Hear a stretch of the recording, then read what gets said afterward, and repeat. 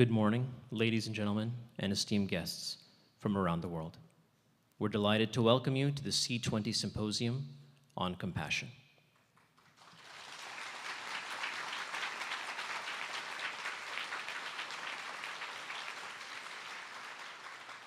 We want to thank all of you for joining us and for committing your time and energy to this crucial endeavor. Let us now begin with the symbolic lighting of the lamp by our esteemed dignitaries.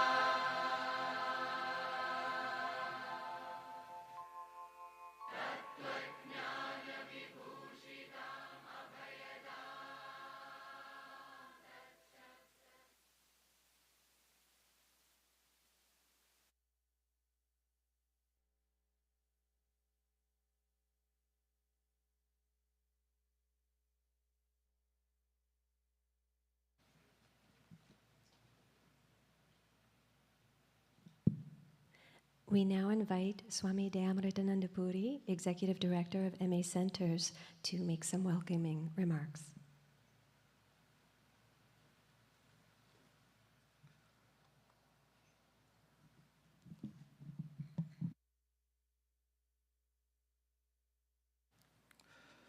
Om Amriteshwariya Namah.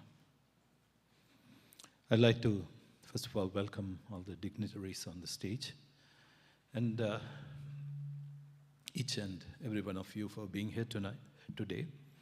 And especially I just want to remind that Mother Nature has blessed us with rain, and she has blessed us by veiling her sun, and God in protecting us. So my special thanks, and definitely all your presence here has also enhanced the beauty of this day, and thank you. We now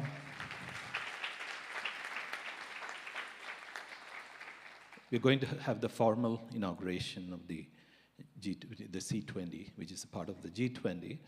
As most of you know, that we are all part of G20, the G20 countries.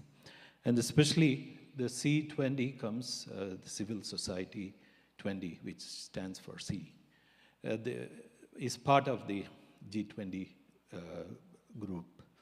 And this is the first time in the history of C20 that a spiritual leader has been elected as the chair of C20.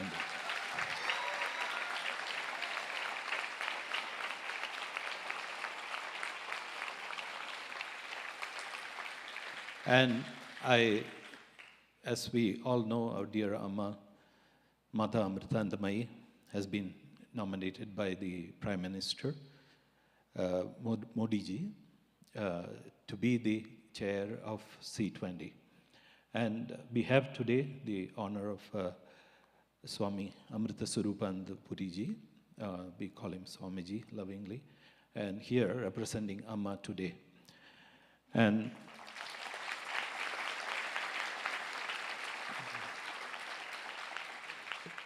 it's my pleasure and distinct honor today to invite Congressman Raja Krishnamurthy to share a few words. And I know he has been very busy and he has been benevolent enough to spare some time for us. And Congressman Raja Krishnamurthy was elected to Congress in 2016 and is now in his 4th term representing Illinois 8th District, which includes Chicago's west and northwest suburbs, as well as the 41st Ward of the city. He also serves on the House Permanent Select Committee on Intelligence and the Committee on Oversight and Accountability as a member of the Subcommittee of Economic Growth, Energy Policy, and Regulatory Affairs. The Congressman is a vice chair of the Equality Caucus and co-chair of the Congressional Asian Pacific American Caucus Immigration Task Force. And we also would like to welcome the President and the Mayor, Jeff Walter of Elburn. And thank you, sir, for being here today. And now I would like to invite Congressman Raja Krishnamurthy to say a few words and bless us.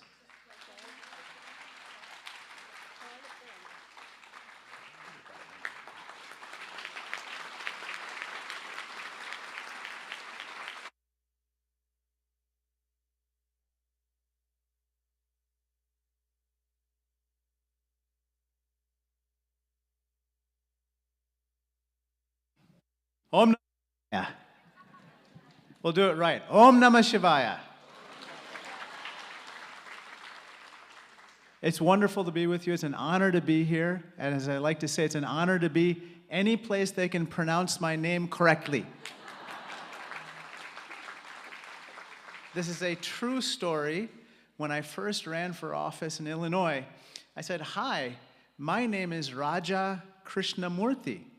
And the person in Chicago looked right back at me and said, "Roger Christian Murphy. Very nice to meet you." And then he said, "I didn't know the Irish made it to India." So in any case, lovely to be with you. I want to observe those 3 rules of public speaking: be short, be sweet, and be gone. 3 points. First of all, can you give a big round of applause to the Swamijis and all the organizers of today's conference?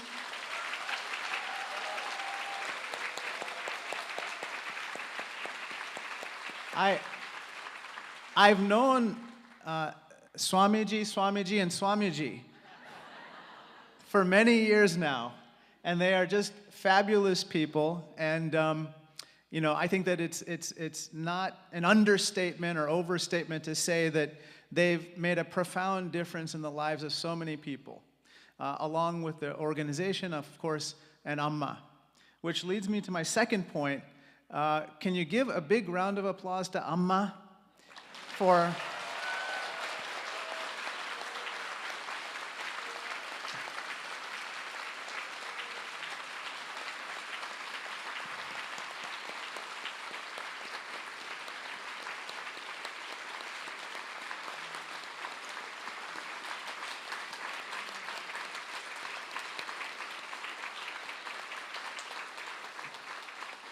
I knew that would be a good applause line. And you know why. You know, Amma has done so much. She's provided housing to 47,000 families across rural and poor parts of India, 50,000 scholarships, collected more than $60 million in disaster relief donations, not just for places in India, but around the world. And Amma exemplifies exactly the types of values, the universal values that we want to uphold and celebrate and inculcate into our people, especially our children. And so what she does every single day in living out these values and teaching the world about the importance of caring for those who don't have a voice, those who sometimes don't have hope, and those who don't have power is exactly what we want to talk about at this conference today, and I submit at all times. The third and final point is this. Only a few minutes ago did I learn what the C in C20 is supposed to mean, which I guess it means charity. That's what someone says. All along, I thought the C meant compassion. And then I thought, you know what? I'm going to go with that. I think the C in the C20 probably means charity, compassion, care, all the types of qualities that we want all countries, not just the 20 countries that will be represented at this summit, but all countries and all people to practice at all times. Am I right about that?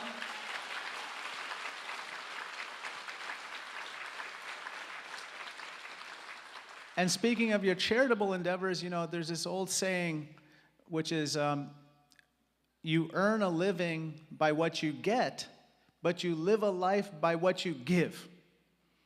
And what we are giving of ourselves in terms of not only our material resources, our money, but also our time and our blessings is of vital importance now in the world, perhaps now more than ever.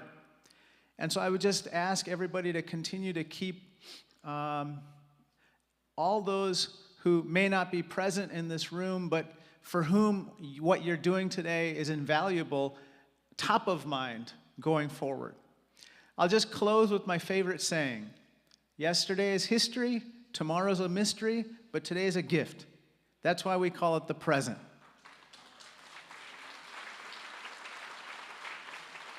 And so I'm honored and blessed to be with you here for just a few short minutes of your precious time to celebrate you, to celebrate these terrific speakers whom I had a chance to meet briefly, and who are just going to be teaching us how to give of ourselves today, and to celebrate how together we are going to make the world a better place through the C20 Summit. Thank you so much. God bless. Thank you. Om Namah Shivaya.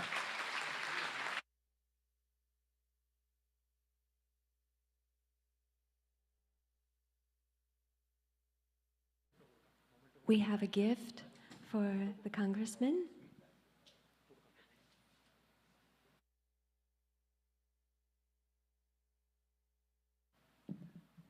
We'd like to thank Congressman Raja Krishnamurthy for being here today, and our gratitude to you, sir, for being here. And this is a small memento of appreciation.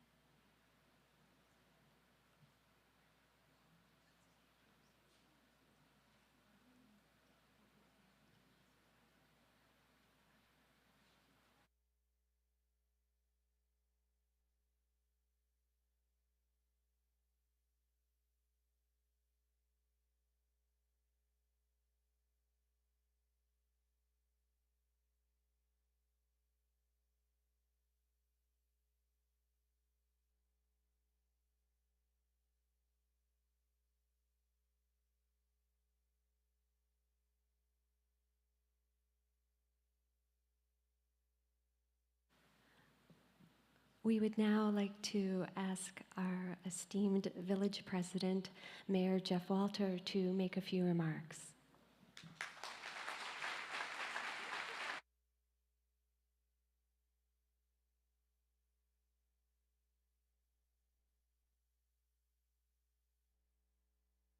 I broke it. Politicians. You know, there's a joke in Illinois, you never give it's not just Illinois, it's probably this whole country, or maybe even the world, never give a politician a microphone, because you never know what they're going to say or how long it's going to take to say it. But like the congressman, I promise to be short and sweet as well. So on behalf of the village of Elburn, the village of Elburn is about 7,000 residents, just slightly west of here. We like to call ourselves truly one of a kind. And that is because there is no other Elburn in the entire country or in the entire world. So we are truly one of a kind, and I see some of you going for your phones out there to double check me, but Chat, GPT, Google, whoever, we're one of a kind. That's it. It's a long story, and I'm not going to tell it because I'll be up here for a long time. But on behalf of the residents, the village board, and myself, welcome to Elburn. We wish you all the best during your deliberations today and this week. I know people have been here for a while already for the retreat, but thank you for coming to our small town. The MA Center came here back in 2012. I was on the village board at the time, and we thought, who are these people that want to come out here and build this thing in our community? And it's been an incredible boon to the community. The residents here, Faith, who's around here somewhere, used to live down the street from me. I actually worked with a gentleman who lives here. Little did I know we were doing introduction calls on a project. I work for Accenture in my day job. This mayor thing is just part-time. And I was on a call, and we're introducing ourselves, and where do you live? And he says, I live in Elburn. I said, no way, there's nobody here that lives in Elburn out here. But sure enough, Melinda and I worked together for quite some time. But the farmer's market, the school, the different things that go on here, the charity work and everything, it's been just incredible to have the MA Center out here. We love Alma's visits when she comes. Hopefully now that COVID has passed, we'll get one of those visits very soon. Hint, hint to those who are in charge. And we do wish you all the best today and through all your efforts to bring compassion to the world, because it's definitely needed at this time. So thank you.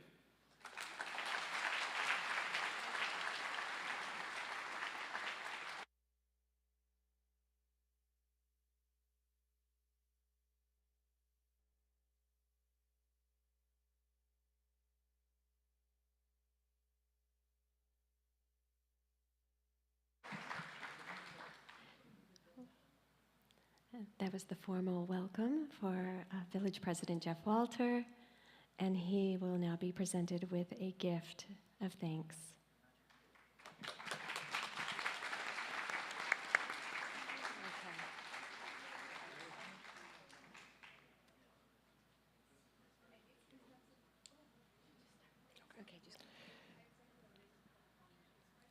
As you can see, we've gathered an extraordinary group of experts, thought leaders, and change makers from across the globe, all working on areas such as health, education, technology, sustainability, and gender equality.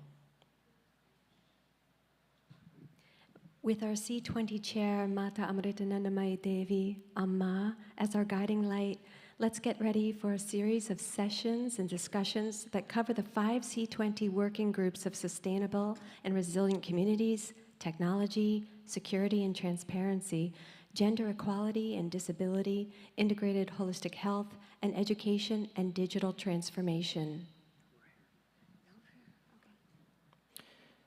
Today's event will consist of 3 90-minute segments during which all 5 working groups will have sessions featuring experts in their respective fields.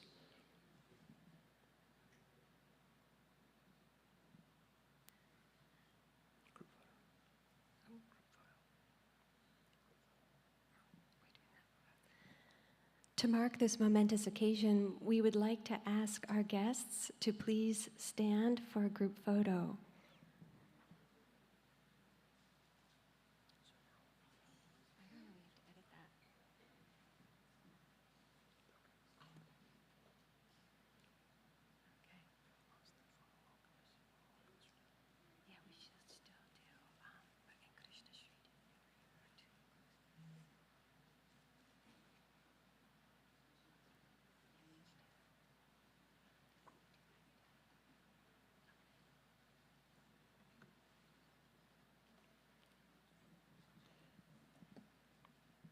Just to round out the welcoming for this morning, we'd like to ask Dr. Krishna Sri Achudan to formally welcome Ambassador Vijay Nambiar, who is the C20 Principal Coordinator and Sherpa.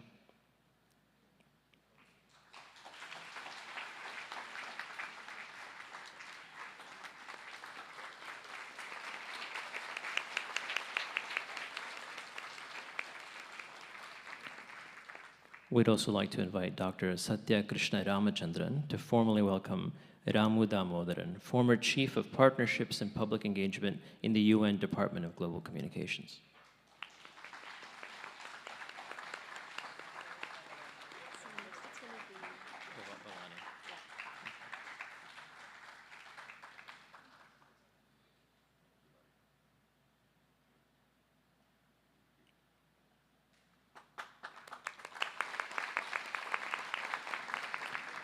Thank you all for being here. Next, we welcome Dr. Bhavani Rao to give an overview of G20 and C20. Dr. Bhavani Rao is the Indian coordinator of the Civil 20 Working Group on Gender Equality and Disability. She is the Dean of the School of Social and Behavioral Sciences, Amrita Vishwavidyapeetham. She is also the director of 2 research centers, Amrita Multimodal Applications Using Computer and Human Interaction Labs, or AMACHI Labs, and the Center for Women's Empowerment and Gender Equality. She's been appointed India's UNESCO Chair in Gender Equality since 2016. She is the author of more than 100 publications and numerous patents related to vocational skills and haptics, and international and national awards have recognized her work.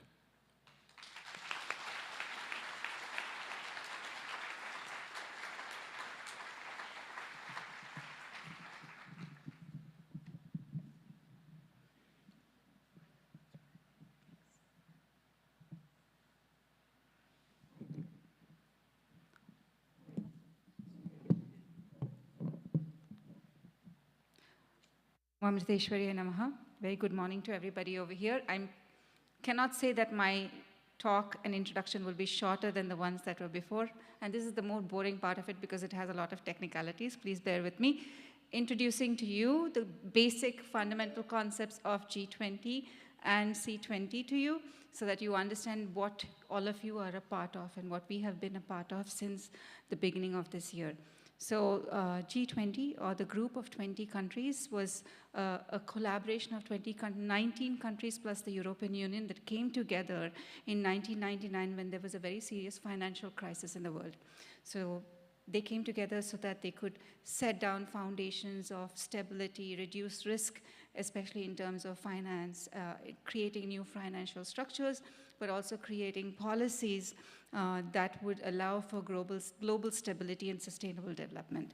And so this is the G20 countries, the group of 20 countries that are 19 countries plus the European Union that came together. Now C20 is an official engagement group within the G20. It consists of civil society organizations. There are several such engagement groups under the G20 aegis, which includes Science 20, Think 20, Urban 20, Labor 20, Women 20, Youth 20, and C20 is one among them. All these groups work in tandem with the ministerial meetings that happen between the G20 countries, feeding in information from different aspects and different angles on what is it that is important to the country, bringing all the voices of these 20 countries together so that they can form policies that benefit the whole. Now, why is it important? Why are these 20 countries important? These 20 countries form 90% of the world's GDP, 80% of the world's trade, and 2/3 of the world's population. You're talking about very big numbers. 20 countries, huge impact. And the C20 is the voice of civil society, the people who really serve the underserved communities. Those are the voices that you bring all the way to the people who are running these big G20 countries, countries like the United States, like France, India, Brazil, Indonesia, Saudi Arabia, Japan. And that is why this entire effort is so important. It is our chance to actually bring the voices to the leaders of these countries so that they can make policies for the overall well-being of all the people and the environment that is there within these 20 countries. C20 was first started in 2013. That makes it exactly 10 years since the C20 first started in Russia. So it's just 10 years since the C20 has been in place. And this year, the G20 is with India, so it's with the Indian presidency. And like the Amrita Swami said, the presidency was given to Amma. And India itself has a very different agenda or a very different take towards the G20. We have a G20 motto, which is Vasudhaiva Kutumbakam, one earth, one family, one future.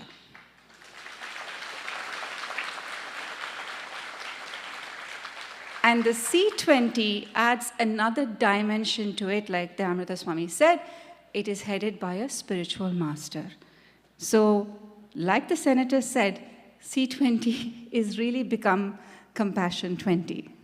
Because Amma brings an entire dimension of spirituality, of values, and the level of oneness that Amma brings into this conversation is something that has never happened before in any of the C20 or G20 deliberations till now. And I think, and also, it's not very often that a woman is the president of these kind of multilateral deliberations. So the structure is such that you have the chair, Amma is the chair of the C20 process. That is then followed by a troika. This is typically the representatives of the people who have been hosting the C20 process the previous year and the following year. So we've had Indonesia who hosted the G20 last year, and the G20 presidency gets passed on from Indonesia to India, and from India next year it goes to Brazil. It's very interesting, and Swamiji, who is over here, he is a Troika member with Amma as the chair. We have somebody from Indonesia, and we have somebody from Brazil. What is very interesting, it's the first time that the conversation will be held really and directed by the Global South. We have Indonesia, we have India, we have Brazil, and then followed by South Africa. So this is the first time the developing economies really have the mic in their hands. It's a time for us to push a Global South agenda. Why has this presidency been so different? Like we said, Amma is a spiritual leader. She leads with the heart. And it's not about meetings. It's about a value-driven narrative. Tremendous amount of effort has gone into the C20 process since January.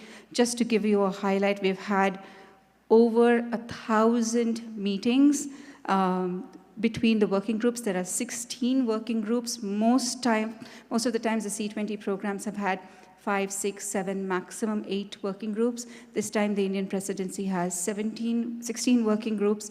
Along with 16 working groups, we have had a total of 400 plus, close to 500 physical meetings, outreach programs that are again close to 500. Total number of meetings during the presidency will easily exceed over 1,000, with so far, till date, the total participation is over 200,000 people. Total number of foreign participation is close to 3,000 people, with more than 80 countries represented during these deliberations. We've had very, very high-level dignitaries who have been speakers, including the co-founder of the Internet, Ban Ki-moon, who was the UN Secretary General, and so much. And the thing is that the other thing that is very special about the C20 is that, you know how Amma says, meeting should not just be a meeting of just people and minds, but it should be a meeting of hearts. And she likes to see that talk doesn't remain talk, but it gets translated into action. And to that effect, during the inaugural program, Amma had announced 50 crores of Indian rupees to be set aside towards helping women and people with disabilities. That has already manifested. Amma has already donated 115,000 euros to support safe spaces for women and children as a part of a UN Women project for people who are affected by war in different parts of the Ukraine. So it's already not just a meeting of people, but it's also already translated into action.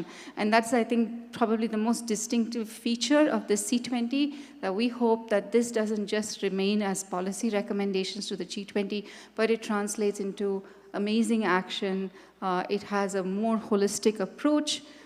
It is based on a unity that is at the level of the spirit. And this is the C20, G20 under the Indian presidency in a nutshell for you. Thank you so much.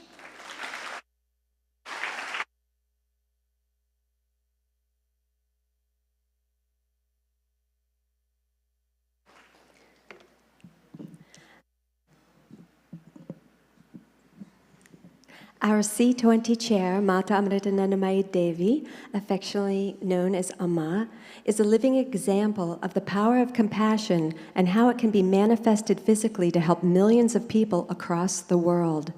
From orphanages to disaster relief to free healthcare, scholarships, community aid, and much, much more, Amma's charities span across every walk of life. Let's now listen to this message from Amma for an inspiring start to today's symposium.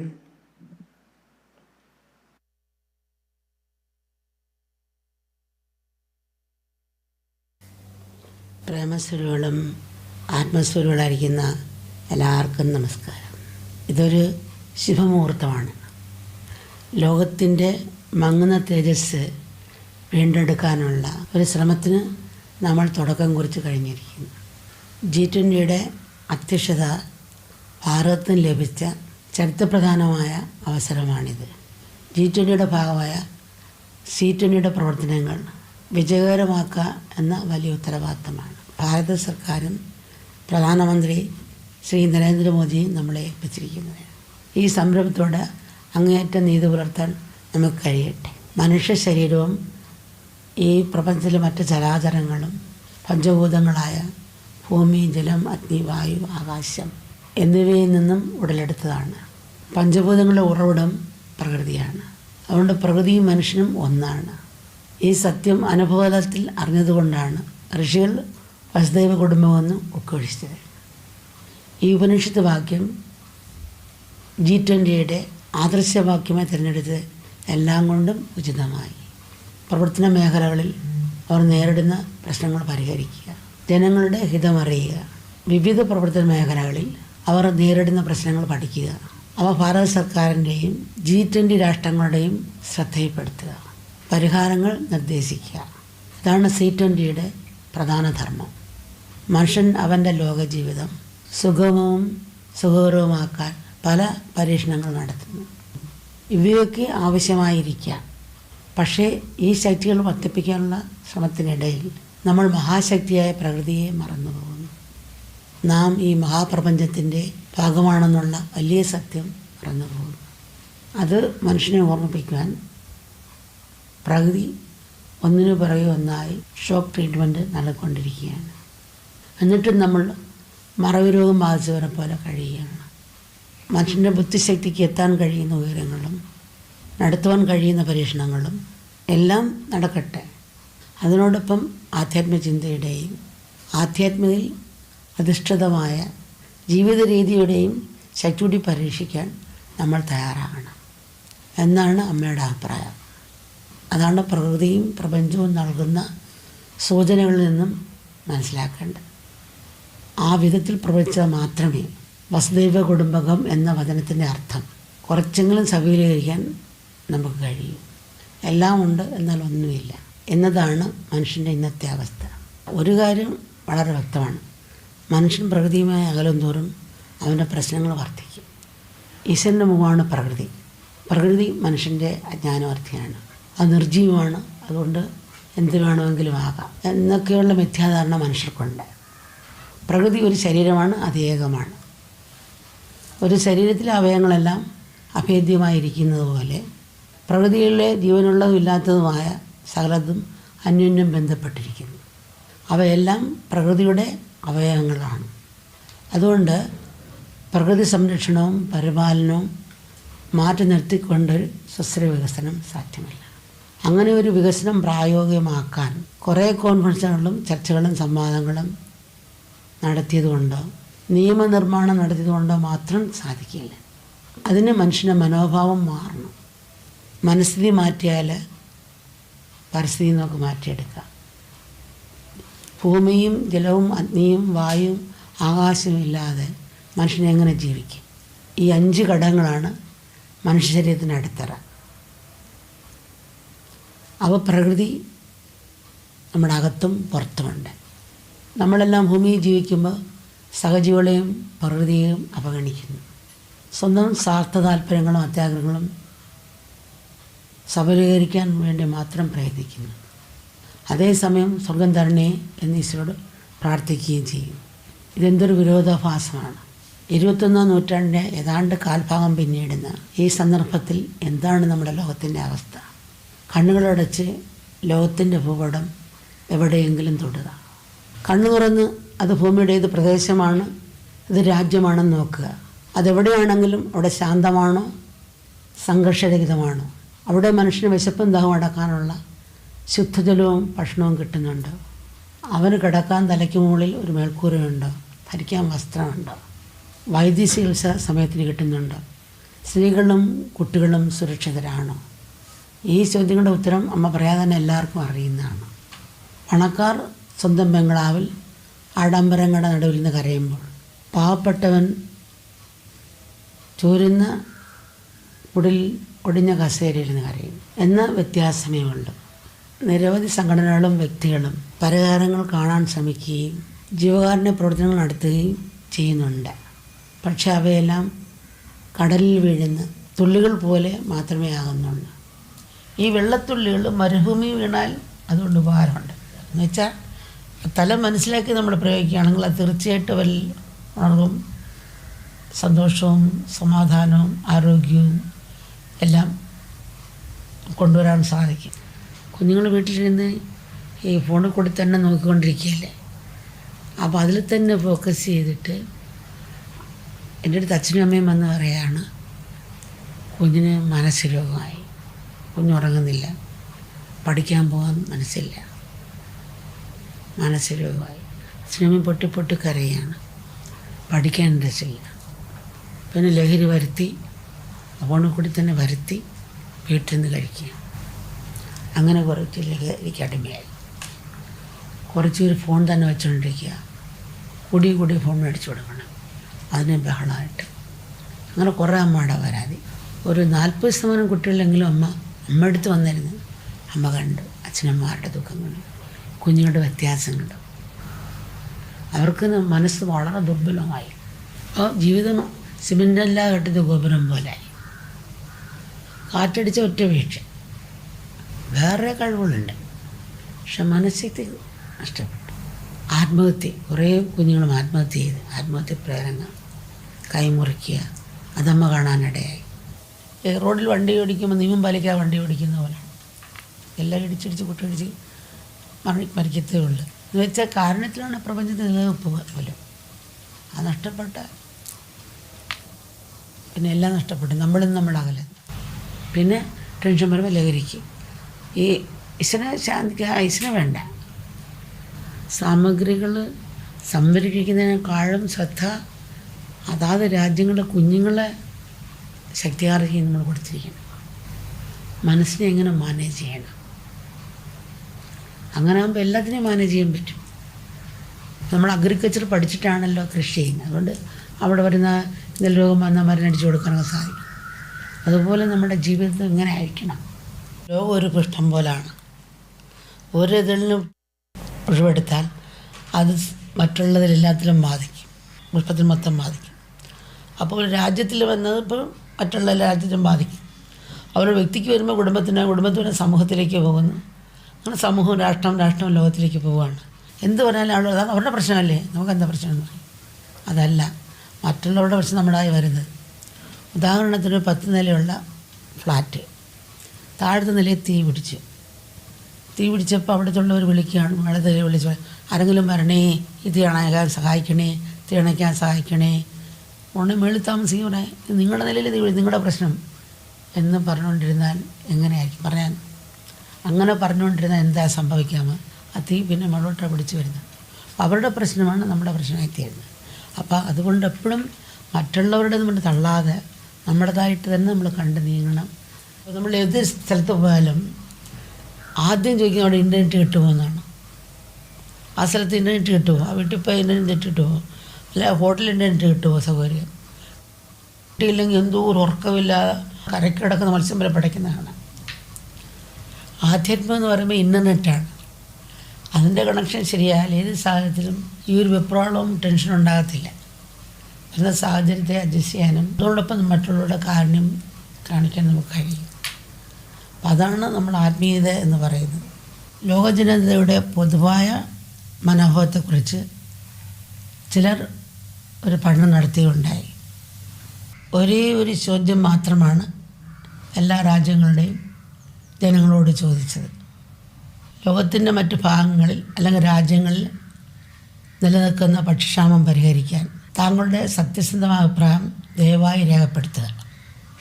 അതിൽ ചില രാജ്യത്തിലെ ചില ജനങ്ങൾ ഭക്ഷണമോ അതെന്താണ് എന്നാണ് അവർ തിരിച്ചു ചോദിച്ചത്. മറ്റു ചില രാജ്യത്തെ ജനങ്ങൾ ചോദിച്ചു സത്യസന്ധത അതെന്താണ് എന്നാണ് അവർ തിരിച്ചു ചോദിച്ചത്. വേറെ ചില രാജ്യത്തിലെ ചില ആൾക്കാർ അഭിപ്രായം എന്ന വാക്കിൻ്റെ അർത്ഥം ഒട്ടും തന്നെ മനസ്സിലാകുന്നില്ല എന്നാണ് അവർ മറുപടി പറഞ്ഞത്. ചിലർ ചോദിച്ച് ഈ ദയവായി എന്ന് പറഞ്ഞാൽ എന്താണെന്നായിരുന്നു അവർ തിരിച്ചു ചോദിച്ചത്. വേറൊരു കൂട്ടർ ലോകത്തിൻ്റെ മറ്റു ഭാഗങ്ങൾ അല്ലെങ്കിൽ രാജ്യങ്ങൾ എന്ന് പറഞ്ഞാൽ എന്താണെന്ന് ഒരു എത്തും പിടിയും കിട്ടുന്നില്ല എന്നായിരുന്നു മറുപടി. ഇതാണ് നമ്മുടെ ലോകത്തിൻ്റെ അവസ്ഥ. ഇവിടെ വിജയം വരിക്കണമെങ്കിൽ എല്ലാവരെയും കുറിച്ച് ബോധവാന്മാരാകണം. ശരീരതലത്തിൽ അല്ലെങ്കിൽ ബാഹ്യമായി അത് സാധ്യമാകുകയില്ല. കാരണം ലോകത്തിൽ നാനാത്വമുണ്ട്, അതില്ലാതെ പറ്റില്ല. പക്ഷേ അതൊരു കുറവോ പരിമിതിയോ അല്ല, മറിച്ച് മഹത്തായ ഒരു അവസരമാണ്. പലതായി കാണുന്നതിൽ നിലനിൽക്കുന്ന ഒന്നിനെ അല്ലെങ്കിൽ യാഥാർത്ഥ്യത്തെ സത്യത്തെ അറിഞ്ഞ് ജീവിക്കാനുള്ള അതിമഹത്തായ ഒരവസരം. ചെറുപ്പത്തിൽ ഈ മൂല്യം കൊടുത്താൽ ഈ സാഹചര്യങ്ങളിൽ വരുന്ന വികാരവിചാരങ്ങളെ നമുക്ക് കൺട്രോൾ ചെയ്യാൻ സാധിക്കും. ഇപ്പോൾ അവർക്ക് നിയന്ത്രിക്കാൻ പറ്റുന്നില്ല. ഭൂമിയിൽ നിന്ന് ആകർഷണപ്പെട്ട റോക്കറ്റ് പോലെ ആയിക്കൊണ്ടിരിക്കുന്നു ജനങ്ങൾ. അപ്പം അതുകൊണ്ട് അവർ ശരിക്ക് ആ മൂല്യം നമ്മൾ എങ്ങനെയെങ്കിലും കുഞ്ഞുങ്ങളിൽ കൊടുക്കണം, വളർത്തിയെടുക്കാൻ നോക്കണം. പ്രകൃതിയുടെ അനുഗ്രഹവും പ്രകൃതിയുമായുള്ള ബന്ധവും ഇല്ലാതെ സമഗ്രമായ ആരോഗ്യപരിപാലനം സാധ്യമല്ല. സമഗ്രമായ ആരോഗ്യപരിപാലനം, ലിംഗസമത്വം, സാങ്കേതിക ശാസ്ത്രം ഇവയൊക്കെ C20യുടെ പ്രവർത്തന പദ്ധതിയിലുണ്ടെന്ന് അമ്മ മനസ്സിലാക്കുന്നു. ഇത് പൊതുവെ മനുഷ്യൻ്റെ ആരോഗ്യത്തെക്കുറിച്ചുള്ള പലരുടെയും സങ്കല്പം ശരീരത്തിൻ്റെ തലത്തിൽ മാത്രം ഒതുങ്ങുന്നു. മനുഷ്യൻ്റെ നിലനിൽപ്പ് ശരീരത്തിൽ മാത്രം ഒതുങ്ങുന്നില്ല. മനസ്സിൻ്റെയും ബുദ്ധിയുടെയും വികാരങ്ങളുടെയും ആരോഗ്യവും പരമപ്രധാനമാണ്. അതിലുപരി സകലരും ചൈതന്യം പകരുന്ന ഏകമായ ആത്മശക്തി അംഗീകരിക്കുകയും വേണം. ഇവയെല്ലാം തുല്യമായി പരിഗണിച്ച് പരിപാലിക്കുമ്പോഴാണ് ആരോഗ്യ സംരക്ഷണത്തിൻ്റെ അർത്ഥം പൂർണ്ണമാകുന്നത്. ആധുനിക വൈദ്യശാസ്ത്രത്തിനും ചികിത്സാ സമ്പ്രദായങ്ങൾക്കും തീർച്ചയായും അതിൻ്റെതായ സ്ഥാനവും പ്രാധാന്യമുണ്ട്. പക്ഷെ രോഗം വരുമ്പോൾ മാത്രം ചികിത്സ തേടുന്നതിലല്ല ശരിയായ ആരോഗ്യ സംരക്ഷണം. യഥാർത്ഥത്തിൽ പ്രകൃതിയാണ് നമ്മുടെ ഉറ്റ മിത്രം. കാരണം നമ്മൾ പ്രകൃതി തന്നെയാണ്. അതുകൊണ്ട് ആരോഗ്യ സംരക്ഷണം പൂർണ്ണമാകുവാൻ പ്രകൃതിയുമായി സുരചേർന്ന് നീങ്ങേണ്ടത് ഏറ്റവും പ്രധാനമാണ്. ഈശ്വരനെപ്പോലെ ആരാധിച്ചിരുന്ന പഴയ ആൾക്കാർ. നമ്മളൊക്കെ ഒരു വൃക്ഷം വെട്ടുമ്പം പൂജിച്ച് മാപ്പി വെച്ചിട്ട് വെട്ടിയിട്ടുള്ളത്.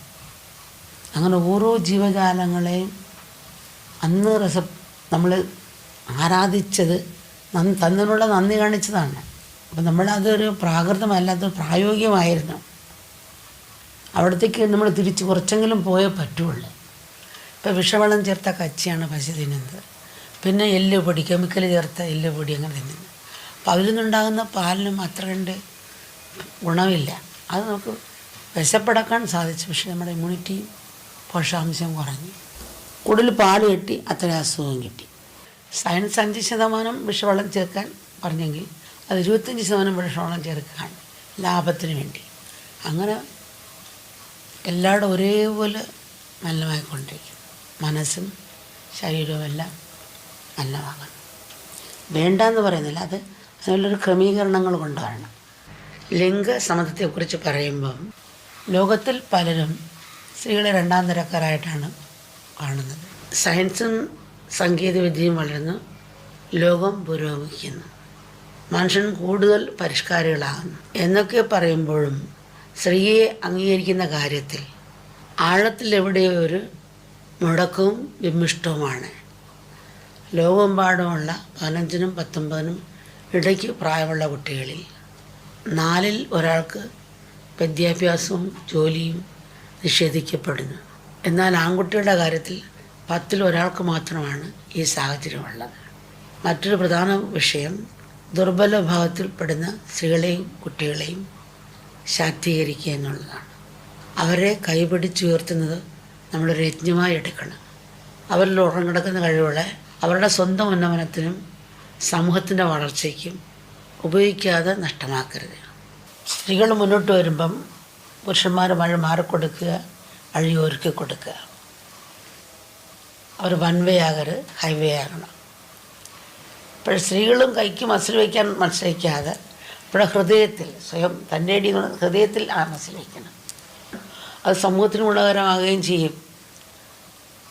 ഒരു കാര്യം വ്യക്തമാണ്, ഇന്ന് മാനവരാശി നേരിട്ടുകൊണ്ടിരിക്കുന്നതും സംഭവിക്കാനിരിക്കുന്നതുമായ അനർത്ഥങ്ങൾക്ക് ശാശ്വതമായ പരിഹാരമുണ്ടാകണമെങ്കിൽ മനുഷ്യനവൻ്റെ ആന്തരികമായ കാലാവസ്ഥയ്ക്ക് കൂടി മാറ്റം വരുത്താൻ തയ്യാറാകണം. കാരണം ബാഹ്യമായി സംഭവിക്കുന്ന ആഗോളതാപനവും കാലാവസ്ഥ വ്യതിയാനവും മനുഷ്യൻ അവൻ്റെ മനസ്സിൽ സൃഷ്ടിക്കുന്ന ദുഷിച്ച കാലാവസ്ഥയുടെ പ്രതിഫലനമാണ്. ഇന്ന് മനുഷ്യൻ അവൻ്റെ ഊർജവും സമയവും മുഴുവനായി ചെലവഴിക്കുന്നത് എല്ലാത്തിലും സ്വന്തം പേരും മേൽവിലാസവും എഴുതി ലേബലൊട്ടിക്കുന്നതിലാണ്. അത് ഭൂമിയാണെങ്കിലും പ്രകൃതിയാണെങ്കിലും ഈശ്വരനാണെങ്കിലും ഞാൻ എൻ്റേതെന്നുള്ള ആധിപത്യ മനോഭാവമാണ് ഇന്ന് എല്ലാവരെയും ഭരിക്കുന്നത്. ഈ മനോഭാവം വളർന്നാൽ മനുഷ്യൻ്റെ ഏറ്റവും വലിയ ശത്രു മനുഷ്യൻ തന്നെയായി വരും. ഇത് പറയുമ്പോൾ ഒരു കഥ ഓർമ്മ വരുന്നു. ഒരു നായ്ക്ക് നാട് ചുറ്റി നടന്ന് കാണാനൊരു മോഹമുണ്ടായിരുന്നു. അത് യാത്ര ആരംഭിച്ച് കുറേ ദിവസം കഴിഞ്ഞപ്പോൾ ആ നാം മടങ്ങിയെത്തി. കൂട്ടുകാരായ മറ്റു നായ്ക്കൾ യാത്രാവിശേഷങ്ങൾ അറിയാൻ സഞ്ചാരിയായ നായയുടെ ചുറ്റും കൂടി. എങ്ങനെയായിരുന്നു നിങ്ങളുടെ യാത്ര? വഴിയിൽ എന്തെങ്കിലും പ്രശ്നങ്ങളും പ്രതിബന്ധങ്ങളും നേരിടേണ്ടി വന്നോ എന്ന് കൂട്ടുകാരായ നായ്ക്കളെ യാത്ര പോയ നായയോട് ചോദിക്കുകയാണ്. അപ്പോൾ സഞ്ചാരിയായ നായ പറഞ്ഞു, അവരാരും യാതൊരു വിധത്തിലുള്ള തടസ്സവും സൃഷ്ടിച്ചില്ല. എല്ലാവരും എന്നെ എൻ്റെ വഴിക്ക് വിട്ടു. എന്നെ ഏറ്റവും അധികം ബുദ്ധിമുട്ടിച്ചതും ശല്യം ചെയ്തതും നമ്മുടെ വർഗത്തിൽ പെട്ടവർ തന്നെയാണ്. പോകുന്നിടത്തെല്ലാം അവരെൻ്റെ നേരെ കുരച്ചുകൊണ്ട് വരും. പിന്നീട്ട് ഓടിച്ചും കടിച്ചും മുറിവേൽപ്പിച്ചും എനിക്ക് യാതൊരു സ്വസ്ഥതയും തന്നില്ല. ഈ കഥയിലെ പട്ടിയുടെ ഗതിയാണ് ഇന്ന് മനുഷ്യൻ്റേത്. ലോകത്തിലെവിടെയാണെങ്കിലും മനുഷ്യന് ശത്രു മനുഷ്യൻ തന്നെയാണ്. ഒന്നുകൂടി കൃത്യമായി പറഞ്ഞാൽ സ്വന്തം മനസ്സ് തന്നെയാണ് മനുഷ്യൻ ശത്രുവും മിത്രവും.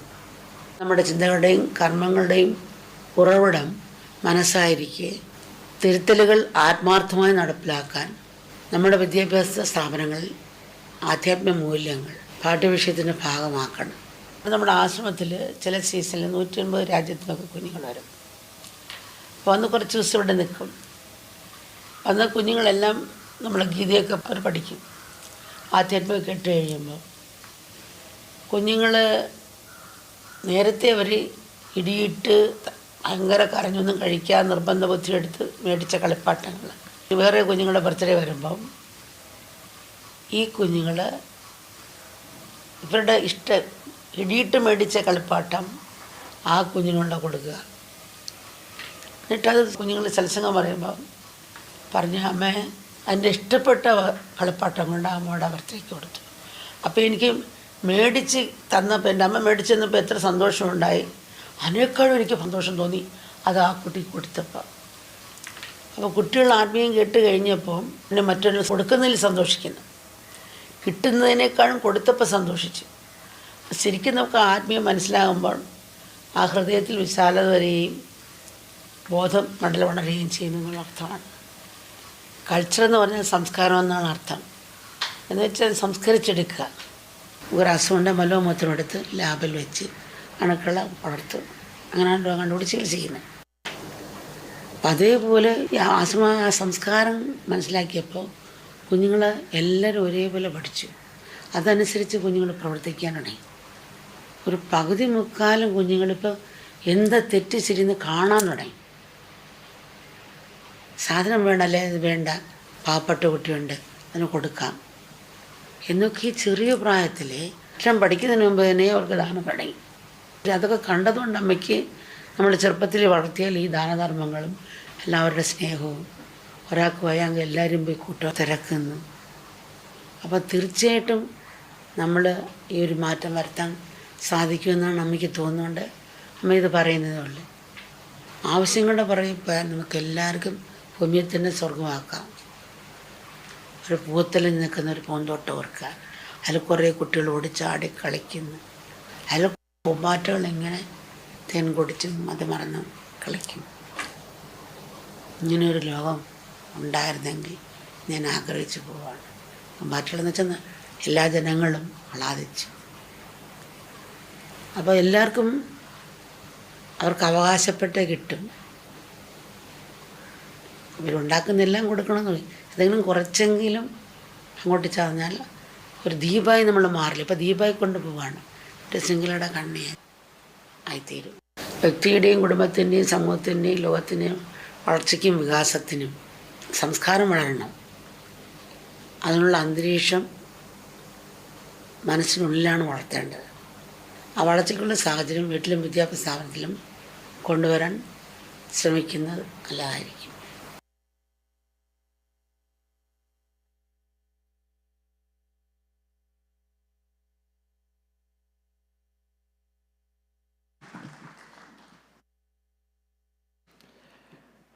Amma just beautifully articulated the gravity of the situation that we're all facing on the world stage. And I think it can be a little overwhelming, but when you hear that coming from the embodiment of compassion herself, and knowing that she's leading the charge for change, we can be hopeful. Today's session is going to show you the depth of a lot of the work being done under the banner of Civil 20, but there is a wide breadth of work associated with Civil 20.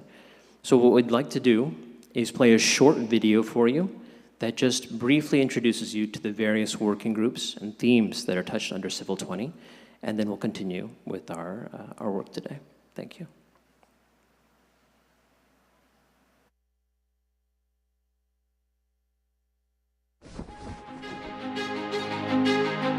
Civil 20, India 2023, envisions a conception of civil society 2.0.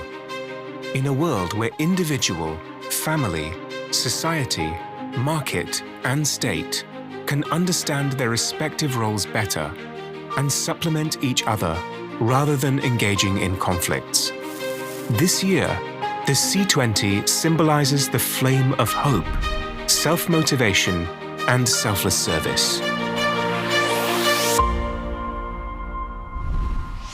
Amma is grateful to the Indian government for arranging such a high-quality meeting. All the issues raised here are vitally important. This should go beyond a mere physical meeting and become a true meeting, a meeting of hearts and minds. This is the only way to awaken ourselves and others. This year, C20 working groups will focus on integrated holistic health, mind, body, and environment. Sustainable and resilient communities, climate, environment, and net zero targets. Education and digital transformation. Gender equality and disability. Technology, security, and transparency. Lifestyle for environment. Preservation and conservation of traditional arts, crafts, and culture. Human rights as human values. Revival of rivers and water management. Seva, sense of service, philanthropy, and volunteerism. Vasudhaiva Kutumbakam. The world is one family. Diversity, inclusion, and mutual respect. SDG 16 and promoting civic space. Delivering democracy through participatory governance.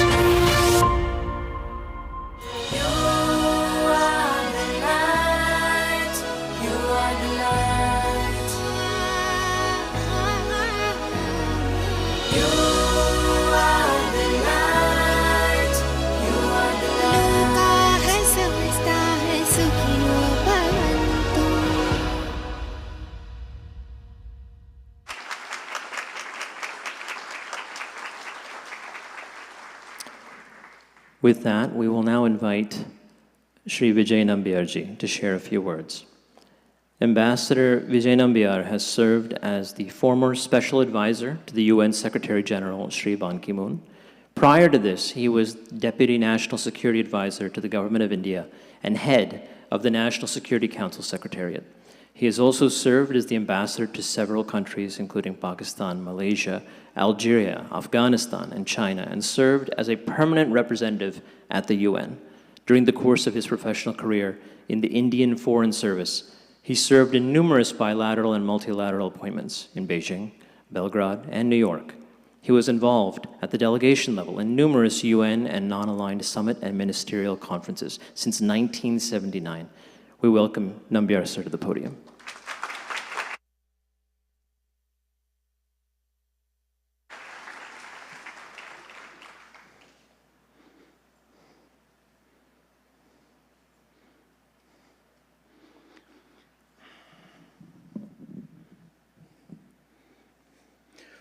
First of all, let me express my humble pranams and pay obeisance to Her Holiness Amma and seek her blessings and grace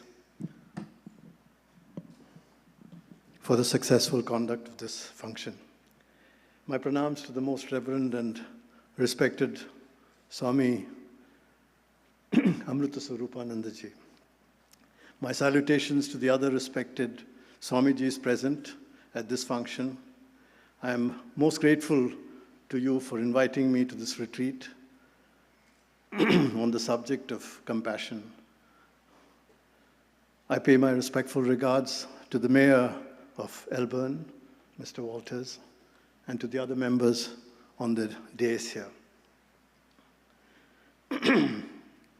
I also would like to express my thanks to the intrepid C20 team that has been laboring tirelessly over the past several months of the C20 working group.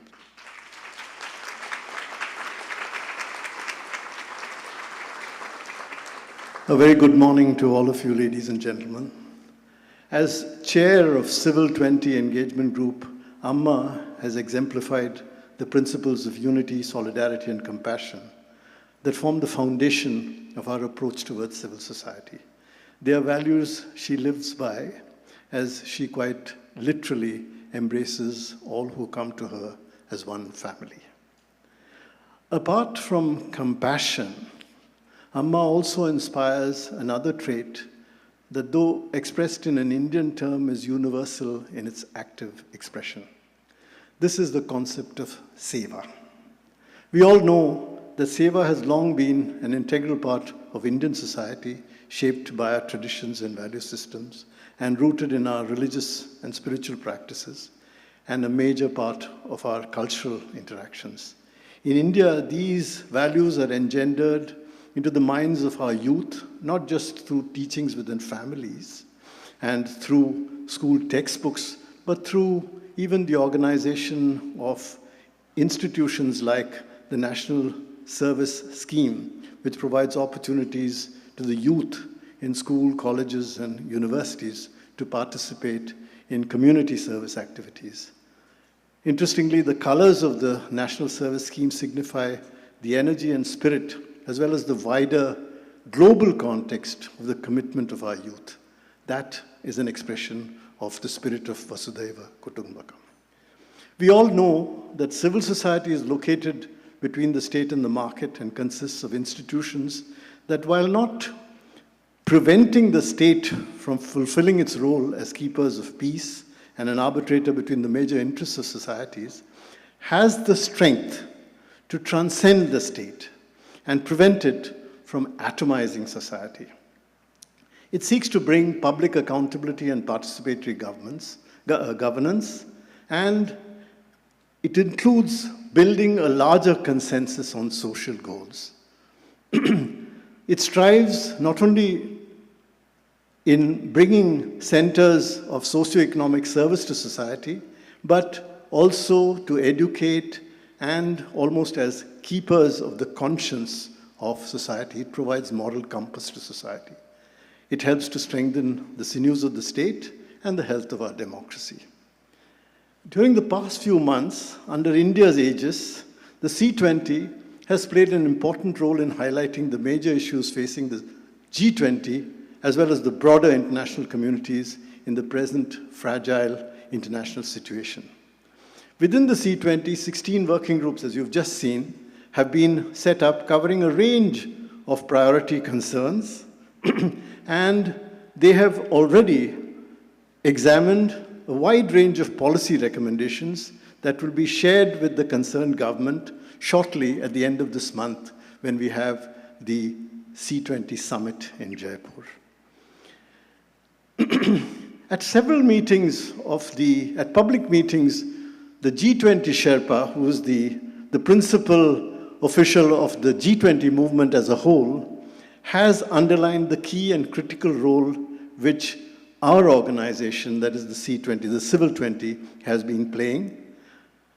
A further element in the activities during this year has been what is called the Jan Bhagidari in India, that is the involvement of the people, a people-centric approach that is spread covering not only the major capital and the major commercial regions like Delhi and Bombay, but covering more than 60 cities around the country. And we've had, apart from that, an opportunity to go to remote corners and build a consciousness of the major issues that civil society and the G20 governments will be involved in over the coming years. And that building of active consciousness has been an important part of India's chairship or presidency of the C20. Today, the world faces myriad challenges: climate change, the effects of the pandemic, the problems of achieving sustainable development goals, all require that everyone participates and engage with each other. Now, the Prime Minister, Modi, had given currency to what is called the concept of Aap Deepo Bhava, which has been strikingly adapted to serve the C20 line. You are the light. It is the small actions of individuals, he said, that can add up and make a big impact on issues like the climate crisis. What is needed is to create an ecosystem that will reinforce and enable socially responsible and environmentally friendly action. As we reach the halfway point of the implementation of the 2030 agenda, civil society calls upon the United Nations and G20 to take bold action, including through substantive financial commitments to critical SDG goals. This, I think, is an important an emphasis point which the civil society documents will hand out to G20 countries and to the UN. As our External Affairs Minister said recently at a public event, we in India are proud of our traditions and confident of our future, but we are also deeply committed to internationalism. Our larger international commitments are visible in our activities at the United Nations. We believe that multilateralism matters, really matters, and it is understood and it is under stress today as much from nationalism as from mercantilism. We believe, he said, that the Kindleberger trap, or the shortage of global public goods around the world, is far more serious than what is called the Thucydides trap. While most of humankind challenges are global, we still respond often only nationally. The centrality of the United Nations in international relations must be recognized, preserved, and protected. Adherence to international law is critical, he says. But if international regimes and institutions are to be credible, they must also be contemporary. Equally important, new issues will arise which require new rules and practices.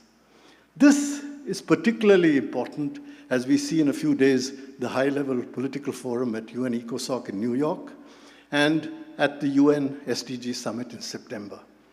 The international community needs to radically redirect its priorities, as without true and bold commitments from governments and stakeholders towards the fulfillment of SDG goals, that is the Sustainable Development Goals, we risk failing to deliver on the promise of not leaving anyone behind.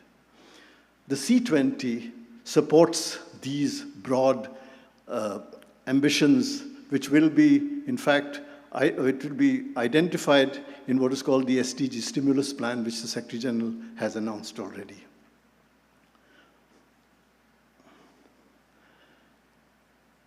There is a very interesting, an interesting incident which I would like to mention in this respect.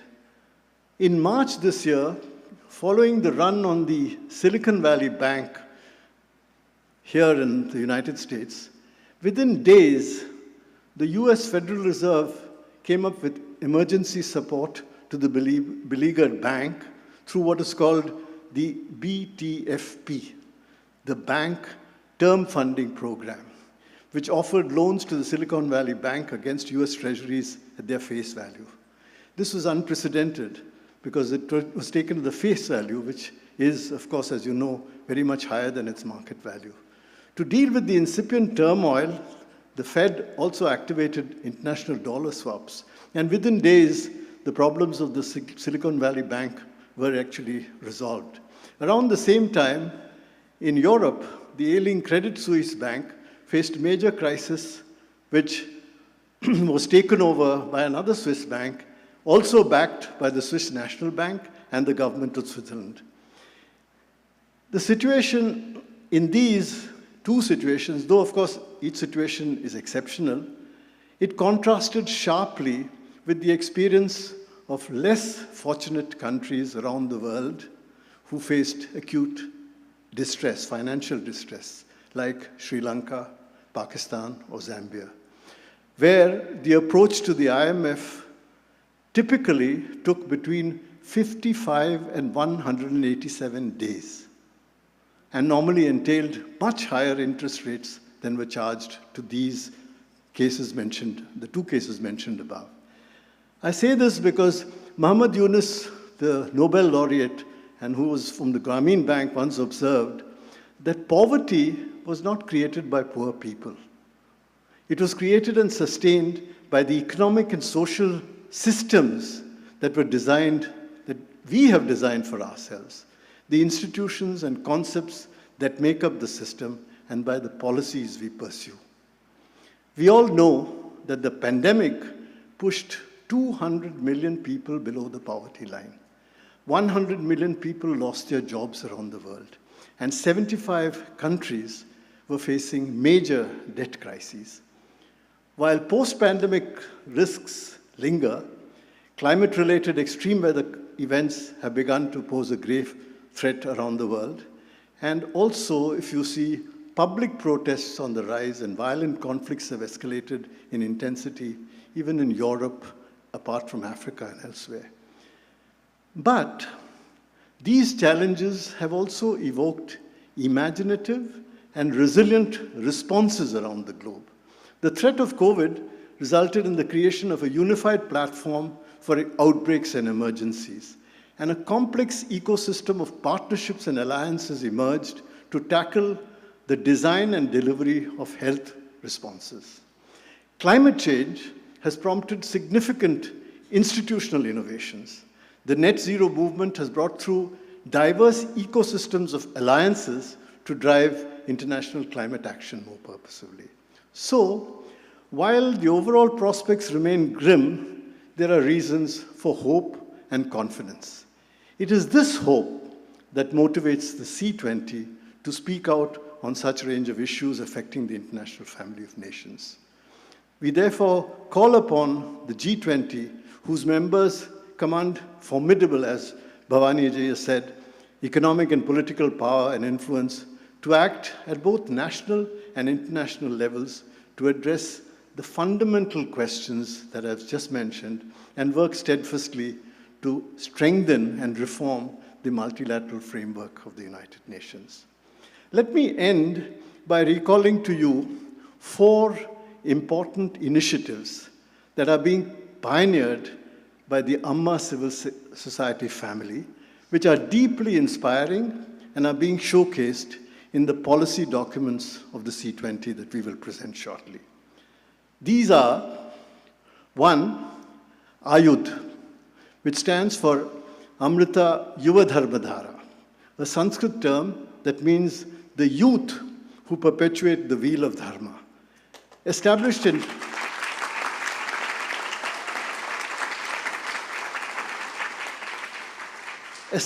1985, it is an international youth movement of the Mutt and stretches across the world, covering Europe, North America, Asia, Australia, and Africa.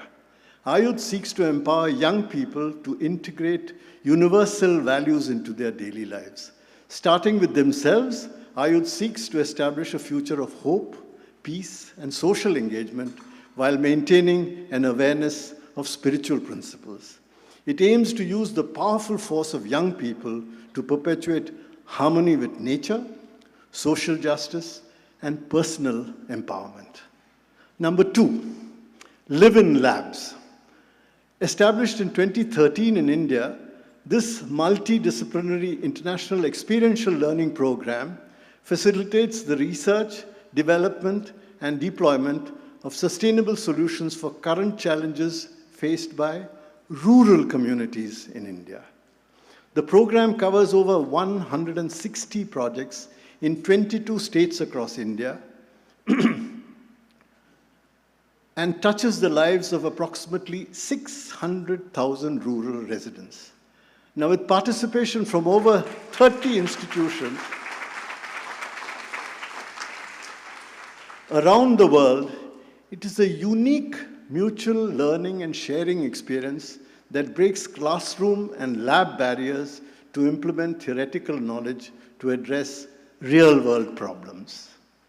The third, the new GLIDES initiative launched a little over, I think, 2 months ago, which will create a global alliance of civil society organizations as part of Civil 20, working collectively to enable an inclusive, open, non-discriminatory, and fair digital society. With 29 CSOs from 22 countries signed up as members, GLIDES serves as a platform to provide opportunities for policy recommendations, sharing best practices, and collaborating on issues related to digital access, internet governance, and online safety. It will address pressing digital concerns like internet shutdowns, safe harbor, net neutrality, data privacy, and cybersecurity. The last is SRI, Sustainability and Resilience for Community Engagement and Empowerment, a platform set up by the Amrita Vishwa Vidyapeetham. This is a technology-based, crowdsourced platform integrated with a mobile application called Empower Community app. This platform enables bottom-up assessments, knowledge acquisition, and informed decision-making. SRI utilizes geo-enabled software and crowdsourced data to measure, map, analyze, and propose recommendations for community-level sustainability and resilience indicators. Implemented in multiple countries, this participatory solution helps mapping, monitoring, risk assessment, and deriving recommendations for sustainability. To my mind, these are significant contributions our working group has made towards a more compassionate and caring world.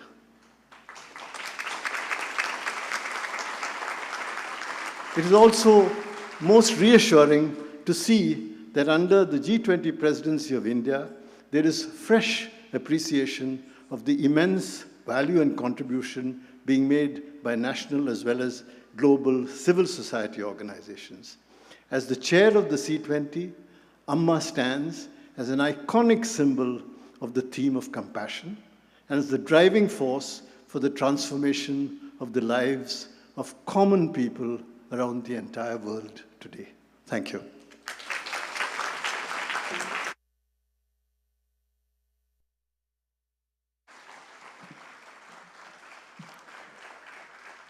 Thank you for those insightful words, Nambiarji.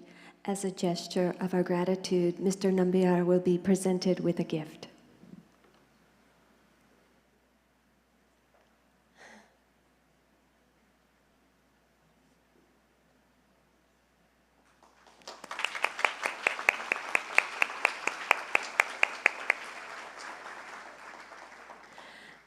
We will now invite Mr. Ramu Damodaran to say a few words. Ramu Damodaran served as the first chief of the United Nations Academic Impact, an initiative he was asked to devise and lead, which aims to align institutions of higher education with the UN's goals and mandates. With extensive experience in academia and international development, Mr. Damodaran is an expert in the intersection of education, sustainability, and global issues. His work has been instrumental in fostering partnerships between universities and the UN, promoting the power of education in achieving social change.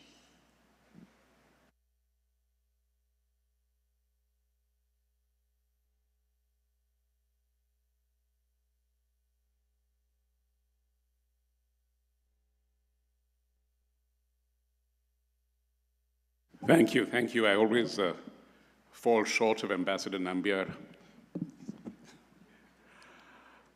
I pay obeisance to Amma, whose spirit is palpable with us today. My revered greetings to Swami Amrita Swarupanandaji and the other distinguished Swamijis who are with us. To the Mayor and President who has taken time off on a Saturday to be with us, and to all of you. I don't know how many of you were here last evening for the satsang and meditation, but I remember when guiding the meditation, Swamiji shared with us a beautiful metaphor of petals of peace falling from the sky. And he spoke about these petals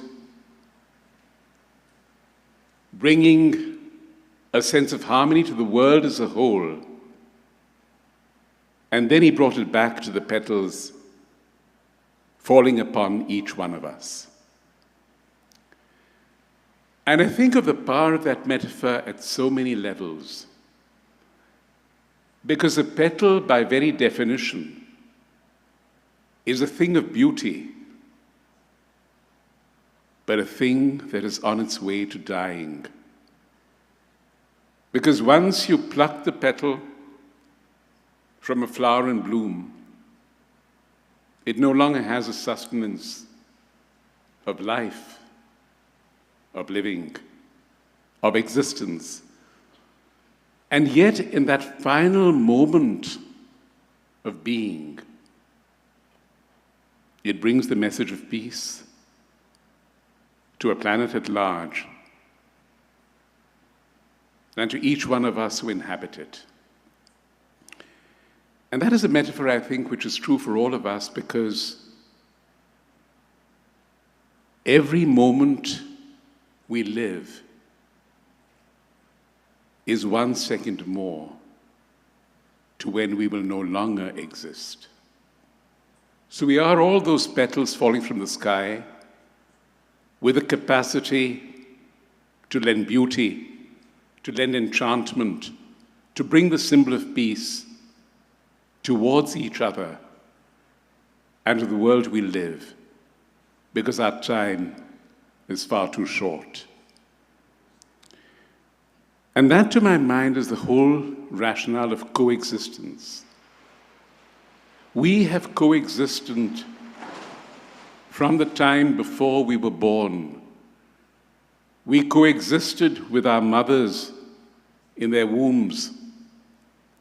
We have coexisted with each other, and all of us must recognize that while coexistence itself might be a limp phrase, it might not really summon the joy of being together, yet it is the very basic phrase. And when, as Ambassador Nambiar reminded us, when Amma gave us the slogan, "You are the light," she placed that responsibility upon each one of us as individuals. In the same spirit that she once said, the right thing to say is not, "I love you," but "I am love." Assume the responsibility. Do not allow yourself to cloak that responsibility in the sharing with another, which "I love you" indicates, or in the imperative or injunction of "be the light." Be confident that you are the light. And our entire Civil 20 movement over, what is it now, barely 7 months, has been centered on that. I'm proud to have been a very small part of that movement under the leadership of Amma, of Ambassador Nambiar, of Swamiji, and our many, many partners across this world. Because at each stage, we have proved we can coexist. You take any one of our working groups, integrated health, take Ayurveda, the ancient Indian medical science, and what is known as TCM, or the traditional science, Chinese medicine, and think of the importance each one of them places upon the wholeness of the body, the capacity of the body to self-heal, the communion the body must have with nature, and the importance of prevention rather than remedy.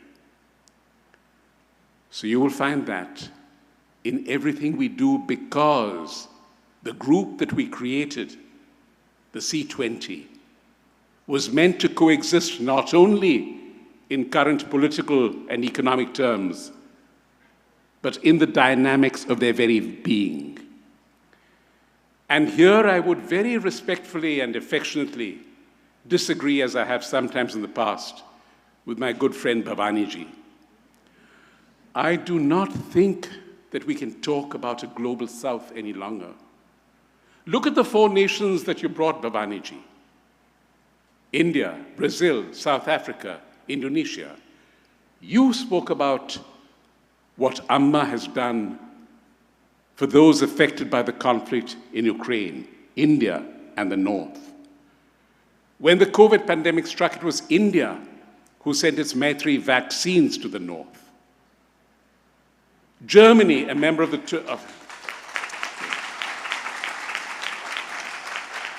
Germany, a pivotal member of the C20, announced a few months ago it was going to invest 200 million euros for the Amazon rainforest in Brazil.